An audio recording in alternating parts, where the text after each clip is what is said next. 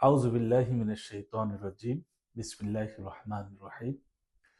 আমি advocate S Al Amin, Bangladesh supreme court high court division. আজকের আলোচনার বিষয় ট্রাস্টনামা দলিল। ট্রাস্ট ডিড হলো এমন একটি আইনি নথি যাহা একটি ট্রাস্ট তৈরি, পরিচালনা এবং সম্পদ বিতরণের নিয়মাবলী নির্ধারণ করে। যেখানে একজন ব্যক্তি নিষ্পত্তিকারী সেটলর তার সম্পদ ট্রাস্টিদের হাতে তুলে দেন, যারা নির্দিষ্ট সুবিধাভোগীদের বেনিফিশিয়ারিজদের কল্যাণে সেই সম্পদ পরিচালনা করেন।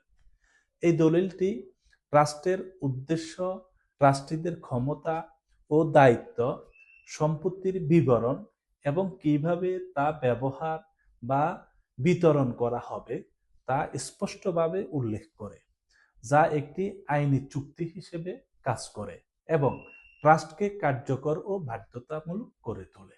ধন্যবাদ।